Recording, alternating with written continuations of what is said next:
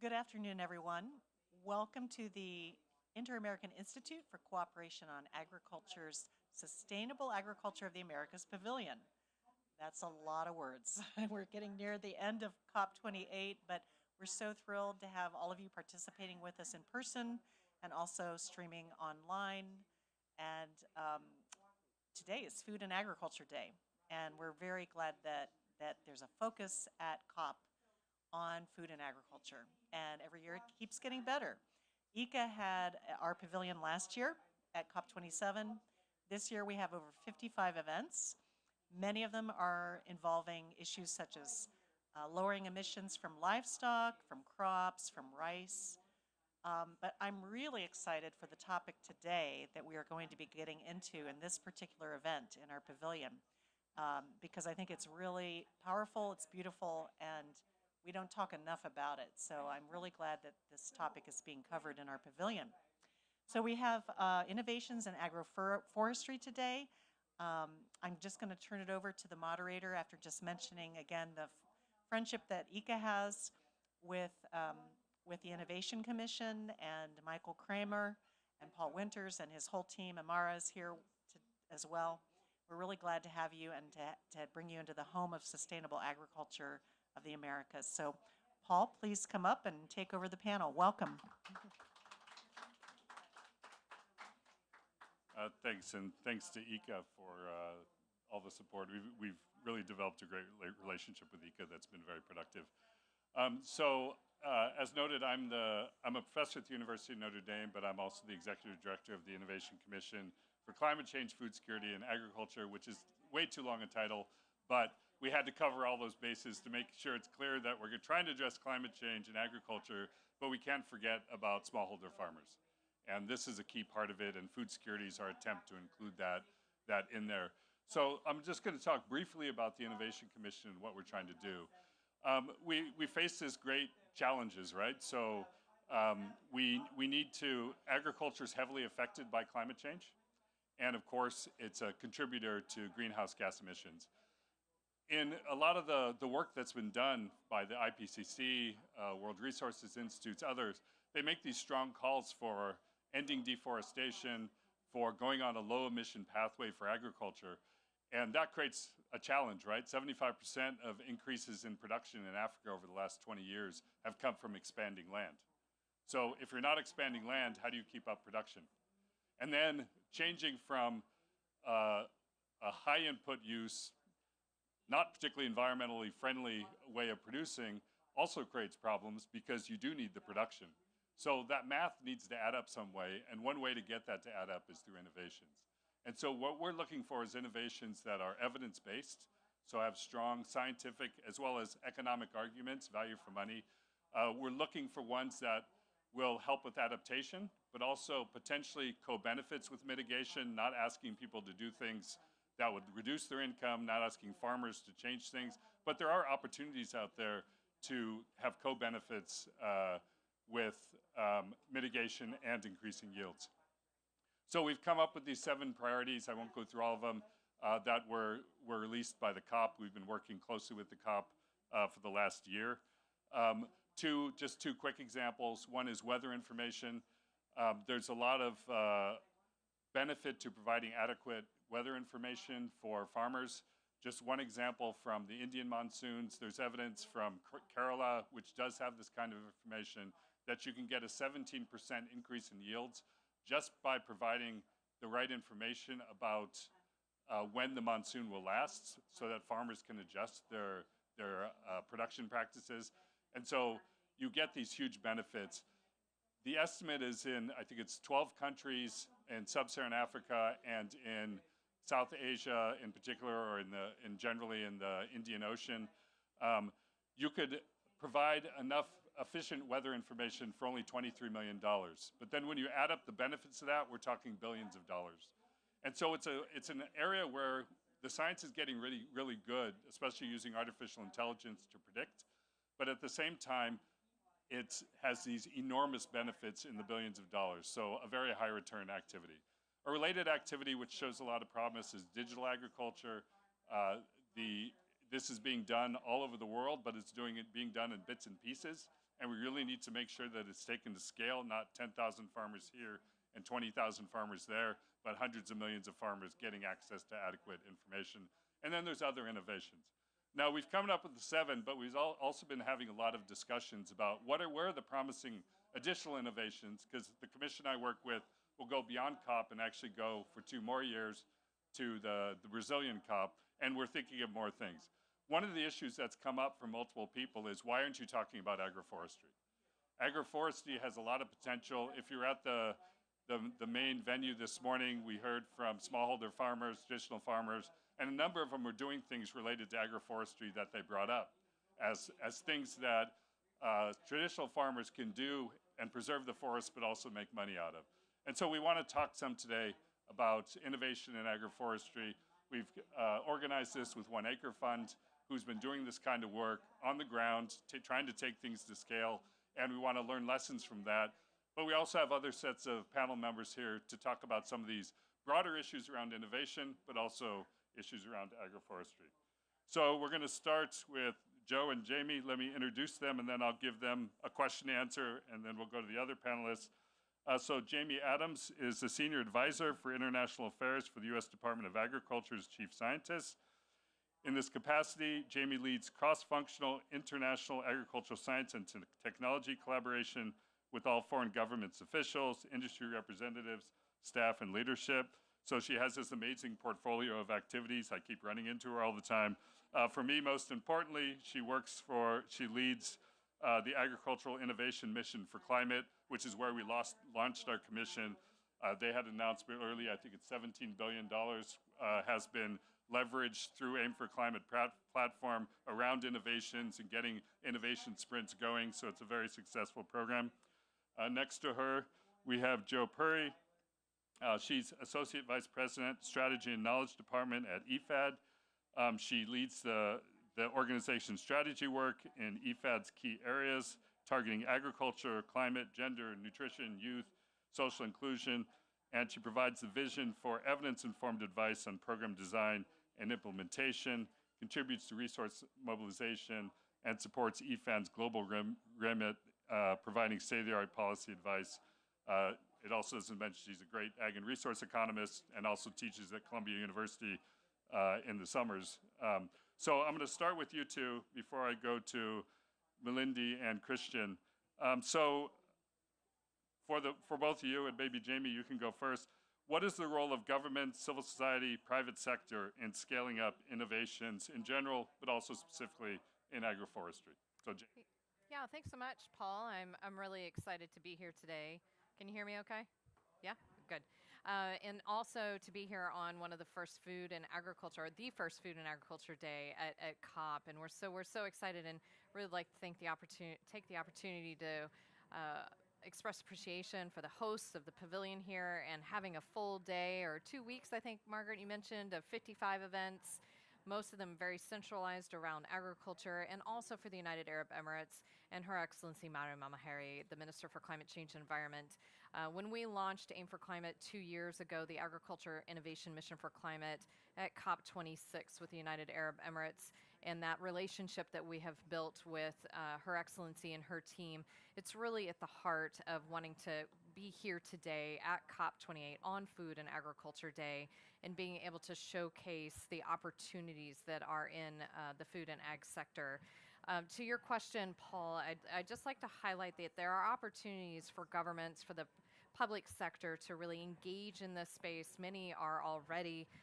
In the United States, at the USDA, the Economic Research Service, had a study that illustrated that for every $1 that is invested in public R&D has $20 in economic returns. And so there's a really great opportunity for public R&D to be in, especially in the basic and fundamental space within the innovation pipeline, to de-risk and then provide open information, open science, open data to then feed into applied and then the scaling and so forth. And so there's just a really great opportunity through AIM for Climate and other initiatives that we've had the opportunity to hear launched at COP28 to really embrace this opportunity, especially as governments, but then to also bridge over into public-private partnerships. And as we've heard most recently, bringing in that philanthropic voice as well. Thanks. Joe, please. Thank you so much, Paul, and hello, everyone. Again, thank you to the Commission, to One Acre, as well as TARCA for having us here. So where public institutions such as EFAD can be located are really to recognize both, I think, the fact that things like agroforestry have a public good nature to them, and also recognize that there is an important role as an entrepreneur that public finance institutions such as EFAD can play. So what do I mean by that? Agroforestry has both private benefits and public benefits, but some of the challenges for realizing even some of the private benefits stem from the fact that, and I'm going to wear my economist hat now since Paul's talked about it, is that most farmers have to deal with missing markets, right? In traditional economics, you have complete markets for labor and capital, and if you have the ability to borrow, you can. But most markets for especially smallholder farmers are missing with respect to labor, so they don't have infinite supplies of labor, and they don't have access to capital. And so that's one of the challenges that public finance institutions can and should be solving for them. And so that's exactly where we come in to essentially help catalyze some of those markets, because we work in local domains and local public domains, but we also then help to work with governments to change the incentives. Because remember, the second part of this is ensuring that smallholder farmers are also getting the return on their investment, which is not always true and possible. And so ensuring that there are mechanisms then for benefit sharing becomes really important. The third aspect of that public good function and public good attribute is evidence. And Paul referred to it already. But as an institution, whether the private sector or the public sector, you want to know, if I'm going to invest in agroforestry, a portfolio of agroforestry projects, am I going to get a positive return or not, right? And you need to have good evidence for that and essentially have a good idea of what the cost effectiveness of this is. And public institutions can and should be investing in that, and that's where we come in.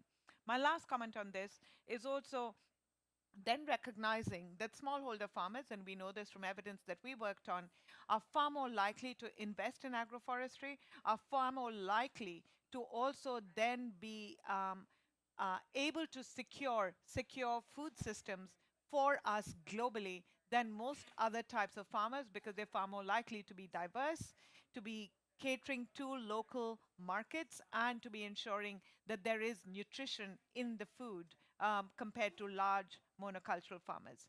So I'm going to stop there. Thanks very much. So let's move on to the next panelists.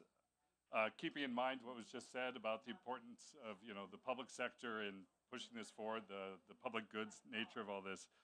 So we have Malindi Sibomana.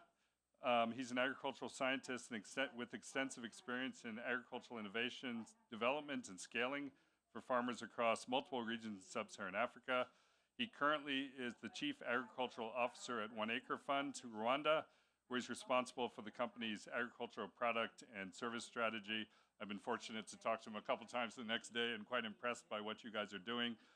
So he's on the ground and doing the things that we're talking about is the bottom line. And then we have Christian Samper, the Managing Director and Leader for Nature Solutions at the Bezos Earth Fund, who's made a great commitment to try to do much more around climate change, which is fantastic. He oversees work related to the protection and restoration of nature, as well as the transformation of food systems. He previously served as President and Chief Executive Officer of the Wildlife Conservation Society from 2002 to 2012. So the question for the two of you, so what is the potential of agroforestry to realize climate adaptation and mitigation benefits? So Lindy, you want to start, and then we'll go to Christian. Yeah, so thank you, Paul. I hope you can hear me clearly. Yeah, so I think you said, looking at both things that have been mentioned, one of the things that you mentioned, Paul, in your opening statement was around co-benefits. So I think on our side with One Acre Fund, what we have seen over the last 7 years implementing agroforestry programs is we know the technical knowledge. We know the data that is there. Scientists have proven this for a long time. But on the end user side, what is the benefit? One of the things that we have seen is we know that the benefit of adaptation for smallholder farmers, soil erosion control, We're looking at also soil organic matter improvements, nitrogen fixing abilities. So over the last couple of years, we've been doing about 100 million trees per year across our different programs, looking at almost 800,000 to a million plus farmers who are adopting these products. So, but at the end of the day, the main question that we're trying to say is, what is the value proposition to the end user? Otherwise, there's no pull. It will just remain a push. We're looking at a lot of native species, of course, and also looking at a lot of intercropping practices for agroforestry. If you look at this picture just on the left, you can see the need of having trees there. But farmers are also looking at how do you intercrop the trees with food production. So I think the co-benefits part is something that we're really, really interested in. And I think something that Joe also mentioned about evidence. How do we continuously improve the programs that we are delivering to farmers?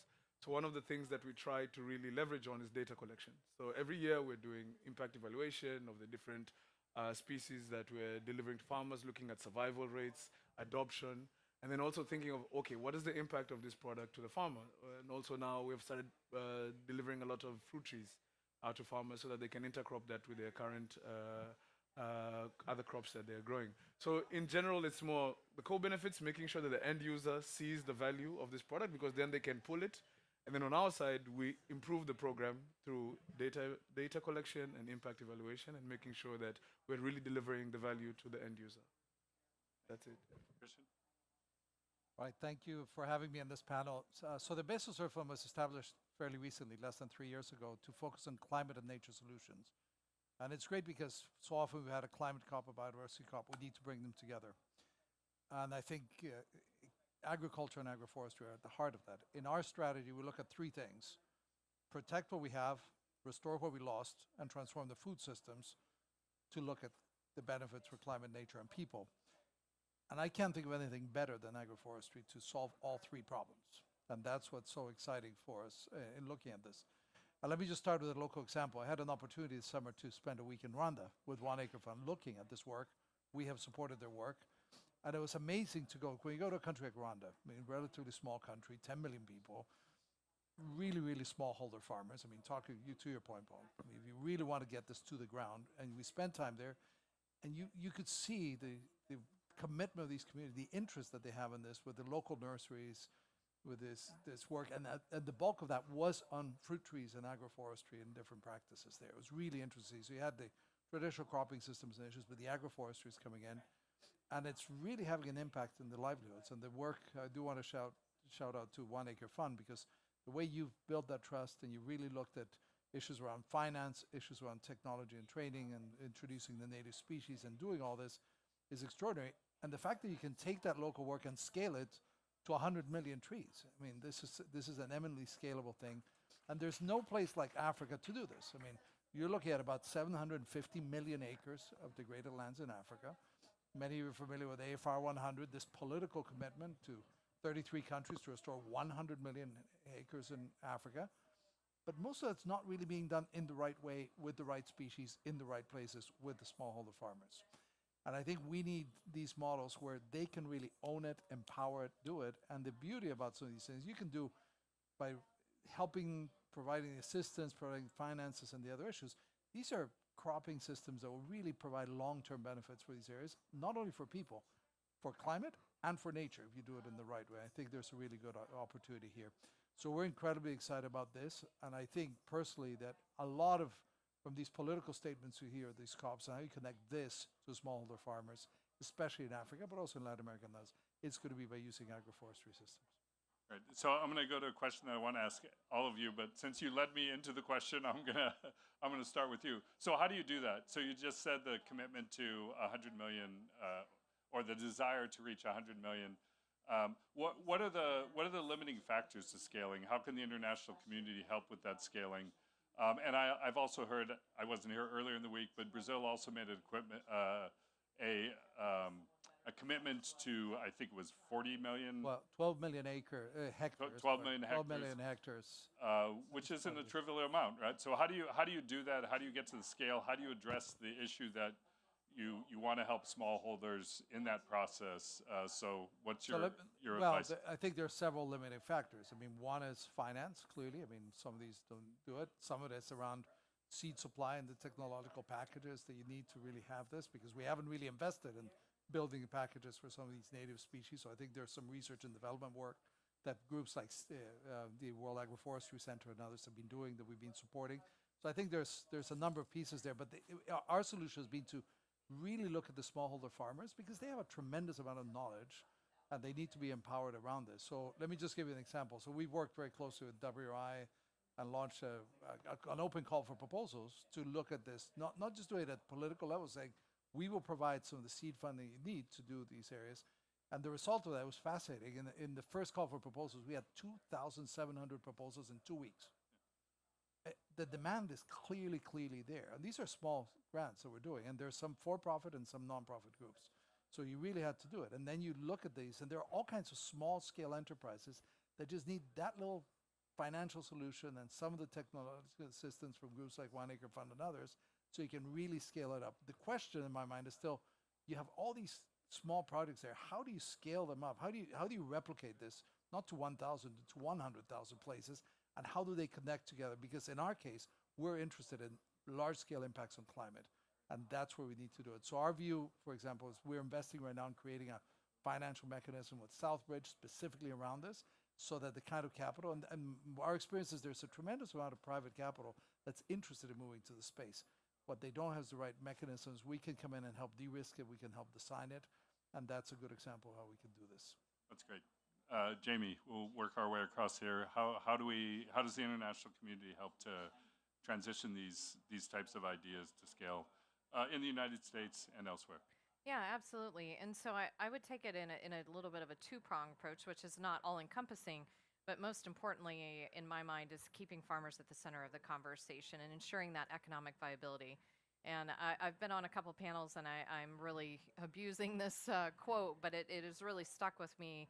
A farmer from Australia used a statement the other day that said it's really hard for the farm to go green if it's in the red.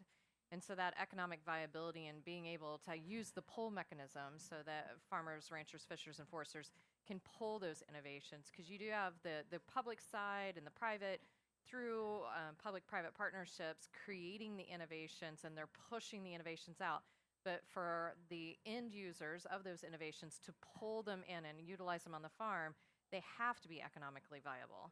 You know, the innovations come with a cost, and the bottom lines are pretty thin already, especially for smallholder farmers. And then from taking that from the individual all the way to the organizational is getting organizations to work together. There is a lot of investment that is available. We know that there are venture capital, other funds that are traditionally operating in the clean energy space, and they're looking for other opportunities. We have to make sure that our voices are out there as an organization, and through Aim for Climate, we've been able to amplify the voices now with over 600 partners, including 55 countries around the world. And through the announcements that we're making at COP, now more than doubling the increased investment, as Paul, you mentioned, to 17 billion.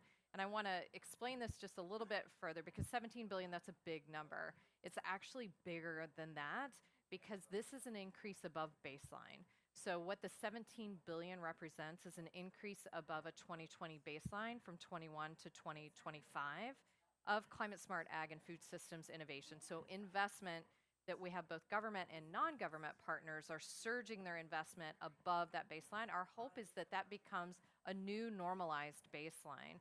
Part of that is through our innovation sprints. I'd like to give a shout out to 1Acre, who is one of our innovation sprint partners. We now have 78 innovation sprint partners, and through the innovation sprint mechanism, we're leveraging it to really raise the profile. We're hearing all sorts of anecdotal stories from our innovation sprint partners. We had no idea they were doing this. We had no idea that there was this activity being done by this organization. We're seeing partnerships that are being born.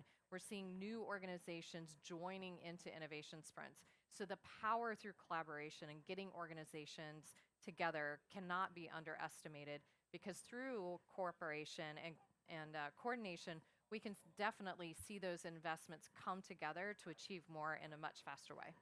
Thanks. And I would recommend looking at the innovation sprints. They're fascinating, right? There's a huge range of very scientific to more social, and it's just a great set of things out there. Joe, so at IFAD and generally in the international community, how can you help the transition to scale? Thanks, Paul. So let me try and illustrate that perhaps with one investment and a couple of, and a lot of our large-scale investments sort of follow that overarching idea. So this is a large 5-country program called Inclusive Green Finance 1, so phase 1, and we're going to go into 7 countries in our phase 2. But essentially, the idea is recognizing that agroforestry is a really important part of our menu of choices that we can provide to farmers.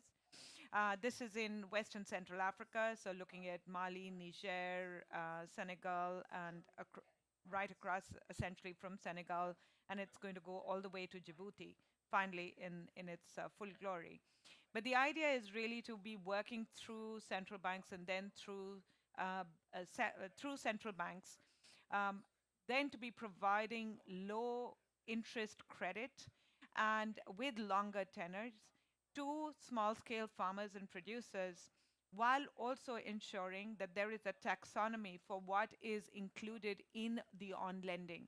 So really providing a standardization. And one challenge of agroforestry and agroecology and a lot of these initiatives is that there is no standardization of these definitions with respect to what you're doing, when you're doing it, etc.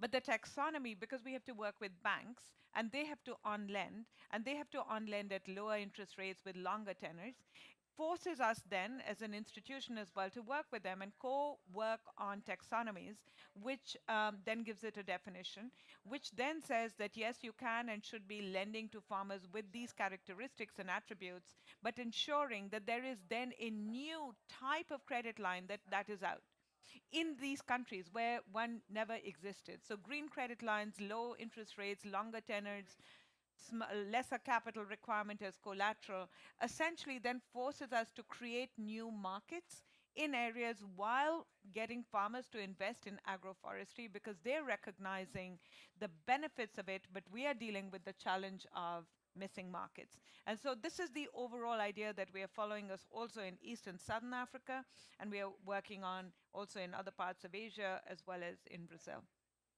Thanks, Joe. Melindy, so we heard 100 million hectares is needed, and you guys are at a million or so. Yeah. You're going to be able to get the other 99 million? Yes, I mean, I think so. And I think so. I think agroforestry is really scalable as an innovation. And I think it's something that even through the work that we've been doing over the last 7 years or so, we are continuously being encouraged because it has benefits for both the end user on food production and it has benefits for the environment. So I think just looking at the entire package is something that is possible. And speaking at the end of such a distinguished panel, sometimes it's difficult to come with new ideas. They've already been mentioned. But I think financing is important. I like that Christian talked about seed systems. We still have a gap there, especially when we're talking about native species. So looking for financing for seed systems, for agroforestry, and then also and then trees production as well. You mentioned the example of how we're working with decentralized nursery and private tree outgrowers, which has really helped us to scale. Because in the past, it was a bit challenging coming from central nurseries, taking things all over the country. But now, within the cell, within walking distance of the farmer, he can have access to this tree. So I think that's important. So beyond the financing, the other thing I just want to mention is also the technology delivery piece, the extension side. I think there are so many nice models for extension. We think about adoption of these trees and also survival. But sometimes it's in silos, so we don't really know what has worked elsewhere, and we can maybe try and adapt it to our context, and maybe what has worked for us, and how can we share this information. So I think that's also a piece that we're trying as much as possible to be much more open with both our data and also how we've been doing this, and in the hope that we can also learn so we don't invent stuff that is going to break down the line. Of course, the contexts are different, but then the sharing of information is something that can help us to scale faster. Thanks. I am going to ask if anyone has any questions, but I want to ask Melindy one more thing. So think of your questions. Would we reach a point, you're talking about the benefits to farmers, the potential profitability of this. Will we reach a point where the farmers themselves would start adopting, that they would see the value of this, and it would start scaling without external support because they see a value? Or is it such kind of a long-term investments because you're talking about agroforestry, you need trees, et cetera, that'll take a while? So Do you think that we could eventually transition where they'll see the value of this in sub-Saharan Africa and Brazil, and then you don't need to intervene so much, or not? I think yes and no, because for some of these products that we're giving to farmers, for example, like fruit trees, they have a economic benefit. Farmers are able to sell fruit and, of course, also consume the fruit. We're seeing in that space farmers are starting to actually purchase the seedlings. I think when we start talking about timber species, that's where sometimes the investment is a bit challenging for the farmers initially, and that's where we also need a little bit more support because it's really a long-term play. So in summary, I would say yes and no, because there are some aspects which farmers can start investing in themselves. I mean, farmers, for example, they buy seed from us for maize and beans, so they're already investing in that. But I think on the other side, when we start talking about some of these maybe not yet commercialized products, but are really beneficial for the farmers, there's where we still need a bit of support to make sure that we can scale it faster. Yeah. Joe, please. I do want to add to that. I think it's really important to recognize that, because of the absence of markets, traditionally farmers wouldn't be taking up new methods or new technologies or new products unless they found that there was a benefit to them. So when we looked at our portfolio, we found that 60% of our overall portfolio, and our portfolio, if you look at it, the program of work approximately every 3 years is $10 billion. 60% of that had agroforestry components in them. And when we looked at the success of these projects, we also found that we were quite successful in raising the resilience of farmers on the ground. So, but that is not just credit to IFAD, right? Because farmers have to find a private benefit in these products and in these processes for them to be able to adopt it. And of course, international financing institutions can support and enable and help to scale. But it is also important, and we find that actually in large parts in Asia and Pacific as well as in Latin America, that, like I said, small scale farmers are far more likely to be espousing and using agroforestry methods and agroecology methods than larger scale farmers.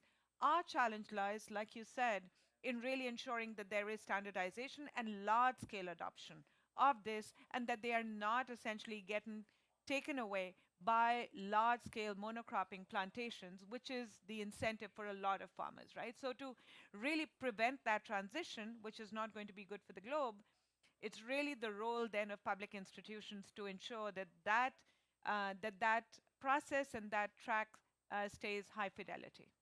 Christian, you wanted to add something? Yeah, I think I'm glad you mentioned the point about the longer term investment here, because that is something in agroforestry. Even if it's fruit trees, it's going to take a while to get them to a point where they can start yielding fruits or other issues. So I think there is a bit of a bottleneck there that we look at it. Now, fortunately, many of these cases, you're not talking about replacing an entire food system with this. You're enriching the landscape with this. So what you see is you've got these issues, you're adding rows of fruit trees, forage trees, other kinds of things in there. And what I saw in the field trips that we've done in East Africa now is the farmers have a real appetite for this if they have it. And some of it is for the local consumption, but some of it, like Hass avocado and things like that, are for the markets. So then you have to strengthen cooperatives, and how do you get those products into markets? So I do think there's a role there for some microfinance, which is what we're trying to develop right now to solve that little bit of a bottleneck. And let me mention one more thing that no one's brought up, but I think is also really important, which is soil. Because it's a huge issue. And of course, we know that there's some really good agroforestry trees, like legumes and others, which you can put in these landscapes, and there is good data and evidence that's showing that by planting these things, you can increase the nitrogen levels in the soil by 20, 30%.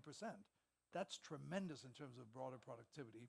And in certain landscapes in hilly areas like Rwanda and others, also huge impact in terms of controlling soil erosion. So in terms of broader, I think the key issue is we have to look at these as part of that production system and everything that's in there, including different kinds of food crop systems, conservation areas. That is where the real power of the agroforestry for me comes alive. And I think it is scalable if we do it that way. Thanks. Jamie, did you want to add anything before? So any questions, comments from the audience? John, please. Hello, John Mundy from One Acre Fund. This isn't a One Acre Fund promo, I promise. There have been several conversations at COP about agricultural subsidy reform. and Joe and Jamie and Christian, I think you may be privy to conversations there. In the UK, we just transitioned away from the Common Agricultural Policy to the EMS subsidy system, where we're hopefully going to be rewarding farmers for environmental services for the first time through subsidies rather than the amount of land they own. Do you see a future where agroforestry could be part of government subsidy systems in the global south? And if so, any reflections on how that might happen?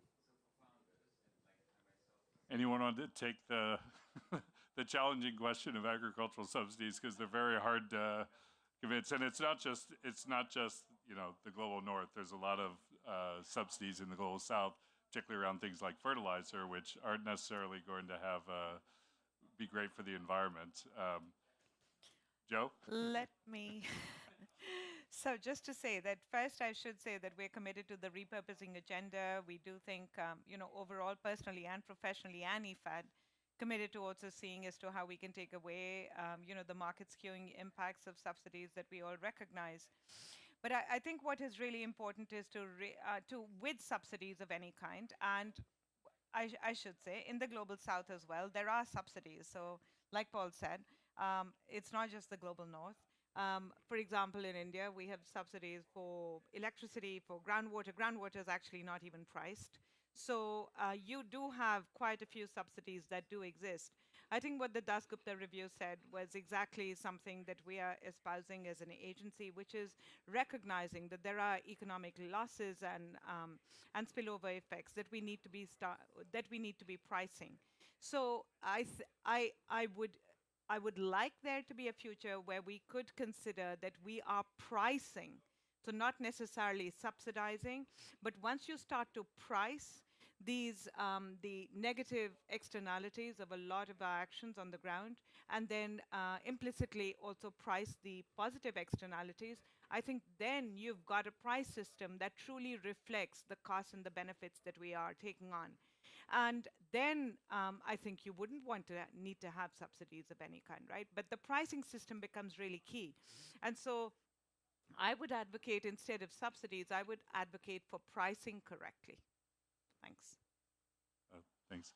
Jamie, I don't want to put you on the spot since you're a USDA representative, but just one thing that I have heard, and just if this is a possibility, a large change in the Farm Bill in the United States is unlikely, but there seems to be some efforts around defining what exactly is included. And I met with an American farmers group that were talking about working with USDA to trying to not change everything, but to see kind of the list of things that get subsidy and making it a little more environmentally friendly. Is that a potential pathway? You can say no comment if I'm putting you on the spot, but is that a potential pathway rather than kind of people are trying to make these radical changes in subsidies, which politically are probably not likely, but a more marginal, slow change might be a possibility. Do you see that as a potential pathway? Yeah, I'm going to take a very human angle to this answer, and not necessarily political or policy, but think about the people who need to leverage the subsidies. At the heart of every farm is a farming family that feeds into a community, and they're looking for opportunities to ensure that those farms stay economically viable to pass on to future generations. And there are a lot of circumstances that not even innovation can help with, especially as the earth continues to warm and we see more droughts, more storms, more opportunities for weather effects to really impact yields in a way that farmers, ranchers, fishers, and foresters cannot manage for. It's impossible to de-risk Mother Nature. And so in many ways, these opportunities and programs are helping ensure that these farms are staying in business for things that they cannot control.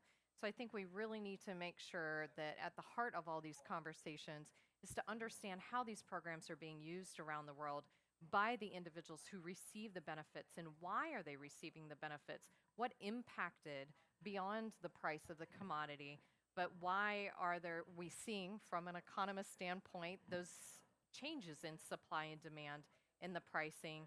Because ultimately, if there's not something to underpin where innovation, long-term innovations, obviously, again, cannot change the impact from Mother Nature, we can't predict in the Midwest when we have a massive storm front come through and it knocks down corn halfway over, and then those harvesters cannot go through and pull it out of the field. That's not, but a farmer cannot go an entire year with half the yield. The banks don't care when it comes time for him or her to pay their mortgage for their home or to pay on their equipment loans, what happened in the field. They just know they need to collect. And if they didn't have anything to take to market, so I think we really need to keep at the heart of the conversation how these programs are being utilized. I would just reiterate that message. This morning there was an event at the main stage with the farmers organizations, smallholder and traditional farmers, and at one point one of them said, don't address climate change on our backs, right? And this great concern that you can't, we're willing to try to do things, but it has to be to our benefit or we're not going to do it. So from, the large Indiana farmer where I live to the smallholder around the world, we need to make sure that we always remember their lives and livelihoods and the importance of that. Did you want to comment to I know you guys work with the Rwandan government quite closely. I don't know about their subsidies, but can you at least talk a little bit about the support the government's giving to you guys, or more generally in the agricultural sector, and how it might,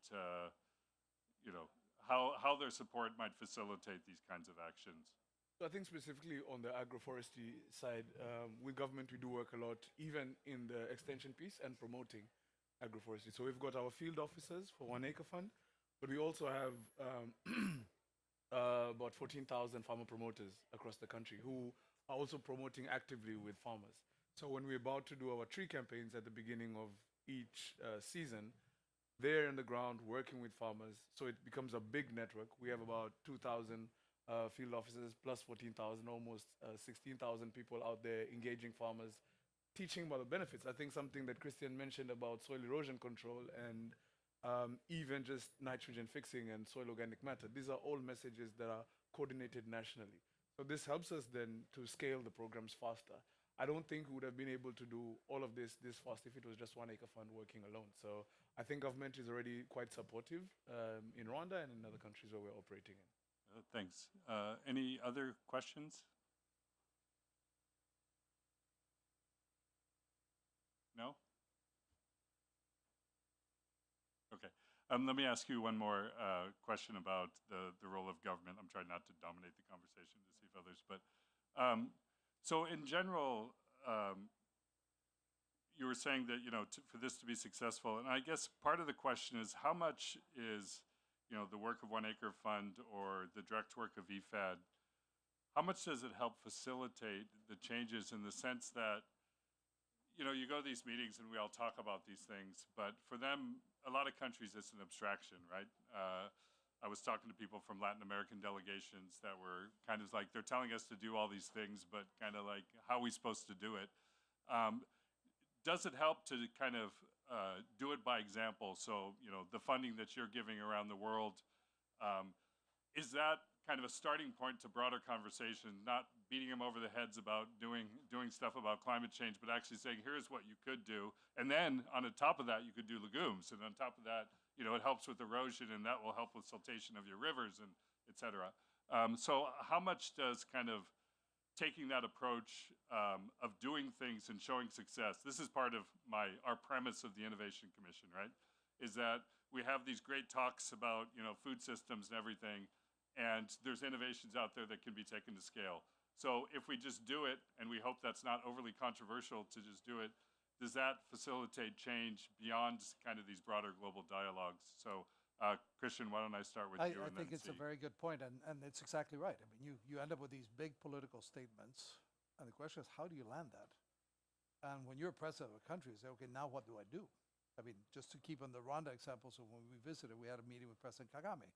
We were talking about these issues, and he was so fascinated by this issue, and so they just had horrible problems with landslides and all kinds of problems. I said, can you please help me with these issues? And you mentioned fertilizer, which is another interesting issue. During the pandemic, we really saw the problems with fertilizer, the war in Ukraine, all the issues. That needs to be disrupted. That's completely. And then you have things like green fertilizers. So when we're talking about, here's some interesting solutions that can be done locally in Rwanda without, by the way, you would not have to buy all these fertilizers, which have all these other, his eyes opened up and he was very interested.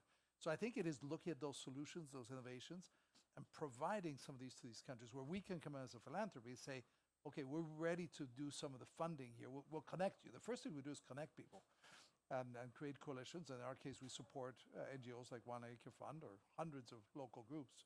So these places and really bring them together. But one lesson we've learned is you do need that political buy-in and support. So a lot of it is how do we take these commitments and how do we help countries implement them? And it's sort of bottom up. It's linking the scales. And I think and I could give you many examples beyond agroforestry, like something we did with Pacific Islands earlier this week, 16 island states, $100 million we're putting in for marine protected areas. It's exactly the kind of issue, how you take these issues. So I do think that the role of governments is key, and we have an advantage, and we can come in as an early funder, take some risks in certain areas that others won't, government donors and others can't do, and then create coalitions so we can move in there and then pass it on and partner with Germany, the US, and many others in this. Jamie, how about in the U.S.? We have all these, great land grant universities across the U.S. that do research on agriculture. Can they, by showing farmers how to do these things, often with USDA funding, does that help facilitate these kinds of change and, avoid broader conflicts over this, but just get them to do things? Yeah, absolutely. So the university and college systems in the United States are partnering around the world with their counterparts in every country.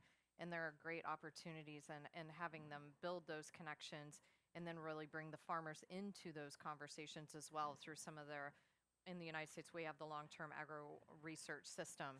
And having the farmers, ranchers, and foresters in those conversations early can really help influence just as much as having the farmers in those conversations with our public research, but what we would refer to in the United States as our extramural research. To have them in those conversations through our university partners would be critical as well, so that we know that there's viability for those research projects at the end of the day.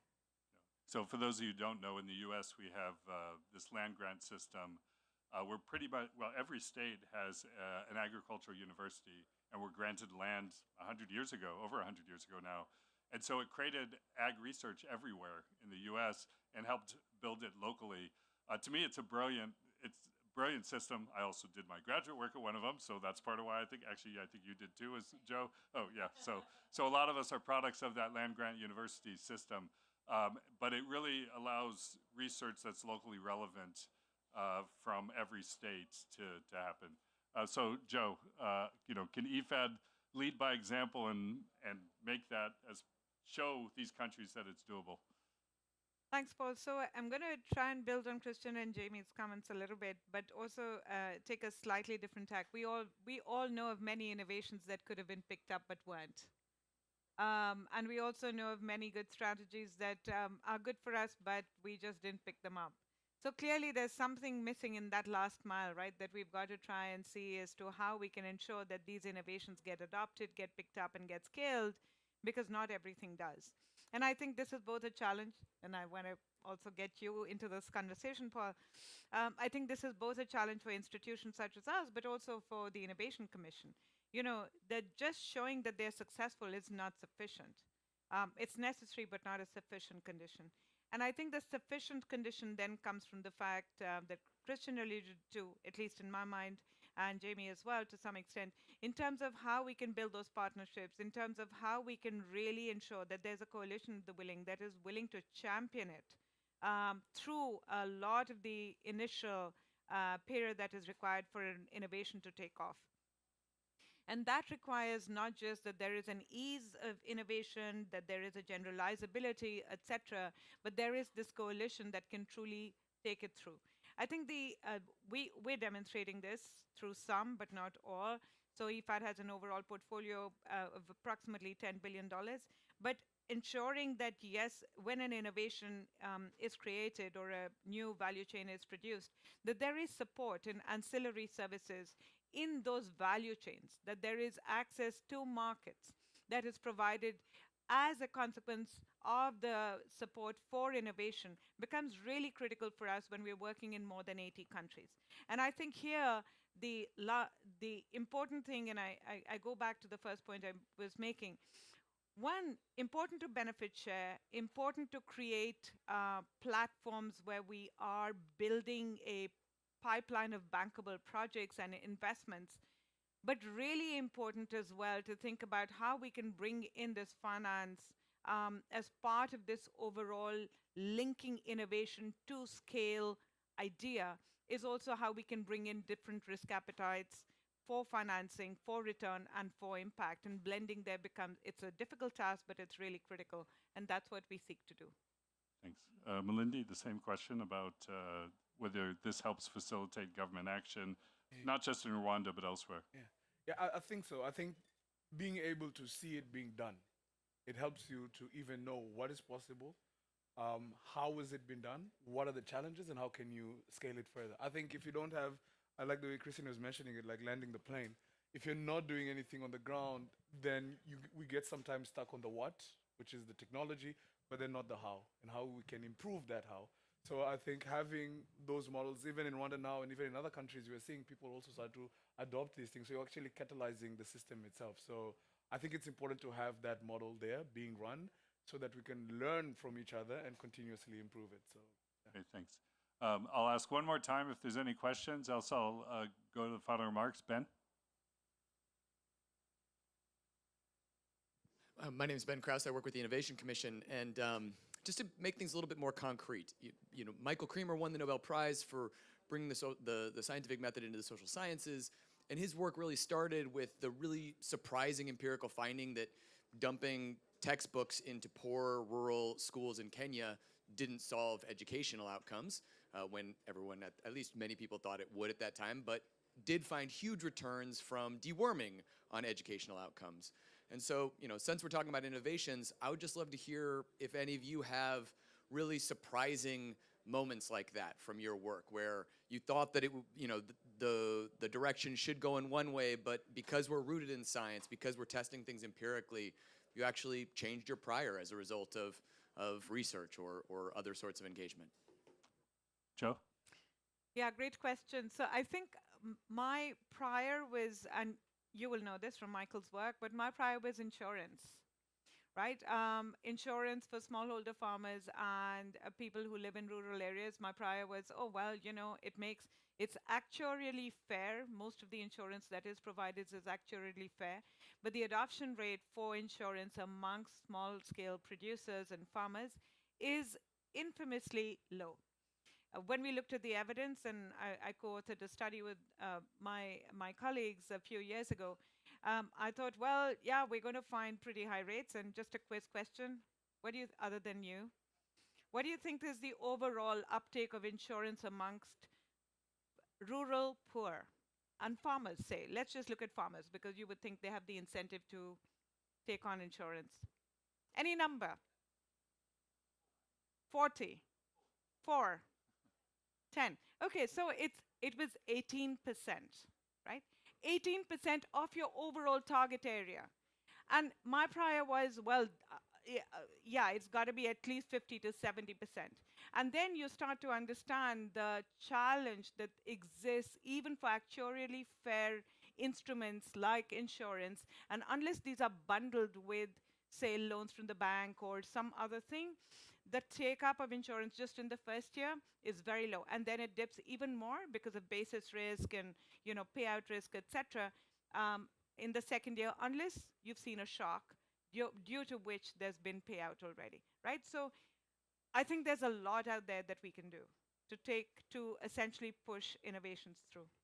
Anyone else on the panel want to answer that question? Any surprises in the 1 Acre Fund work that... Yeah, I think it actually links very well to agroforestry. It's something that we were talking earlier about on-farm nutrient management. So for a long time, we've been pushing for organic manure to be used on farmers' fields, and part of our training packages has got this very clearly there. But what we learned from the farmers at the end of the day is that they don't even have a lot of access to the biomass. So meaning where they're going to go and do the compost piles and then come back and put it on the field. So with agroforestry, actually, where the solution then lies is that once you start intercropping in the fields, then you don't really need to worry too much about going and creating a compost pile elsewhere. And it's sort of like is managed within that field. So you're saving on labor, you're saving on lack of access of materials. So I think it was a learning curve from our original model of just promoting and training farmers on making compost piles to say, look, there's a solution here which has much more benefits than having that whole moving around the field. So I don't know if that sort of answers the question, but it was a really eye-opening thing for us. Yeah. Okay, Jamie. Yeah, so I'll use an example from my experience in Afghanistan and the importance of indigenous knowledge. We had back in 2010 an initiative by the U.S. military to go into Afghan farms, and in their mind they were, okay, what's the model from the United States? Well, we need to increase the farm size, we need to remove the hazards from the equipment out in the fields. So we literally had paid workers to go out into the field and remove the rocks. Because in their mind, okay, the mechanization, we're going to go through the fields, we're going to hit those rocks, and that's going to destroy the farm equipment. And the Afghan farmers kept saying, no, you need to leave the rocks. We've had the rocks in the fields for centuries. And you know, the end result was, the reason why the rocks were in the field was because they helped retain the moisture. And so we literally had the project where we had to pay the workers to go replace the rocks back out in the field. And so it really hinges on the critical importance of listening to the farmers, listening to the people who manage the land day in and day out, and really taking into account that indigenous knowledge. Thanks. Okay, so we should wrap up. So we have this session on innovations in agroforestry. What's your main takeaway? What do you think we need to do to move this area forward, to take it to scale, make sure we get to those targets of hundreds of millions of hectares around the world? So Christian, why don't we start with you and work our way across? I actually think that agroforestry is the solution to be able to scale up more than some of the other traditional timber and some of the other, because it's a win-win in so many ways. I think a lot of it is around sharing the information. There's a lot of knowledge that can be done across communities, between countries, even between continents. That south-south issue, I think, is a really interesting area. And I think what we need to do is focus on that, on some of the technologies and some of the finance and the bottlenecks we need to do to really be able to scale it up. Thanks, Jamie. Two things: listen to the farmer and ensure the economic opportunity. Great. Joe? 3 Bs: blend, build, and benefit share. So blend finance, build a pipeline, and ensure that you share benefits. Yeah, on my side is financing is definitely important on the production side. And I think collaboration. I think we don't talk about that too much, but it's important to learn from others and also for us to share what we're doing. So those two things will help us to scale faster. Thank you. So if we can thank the panel for their insights. And hope you enjoy your last day of COP.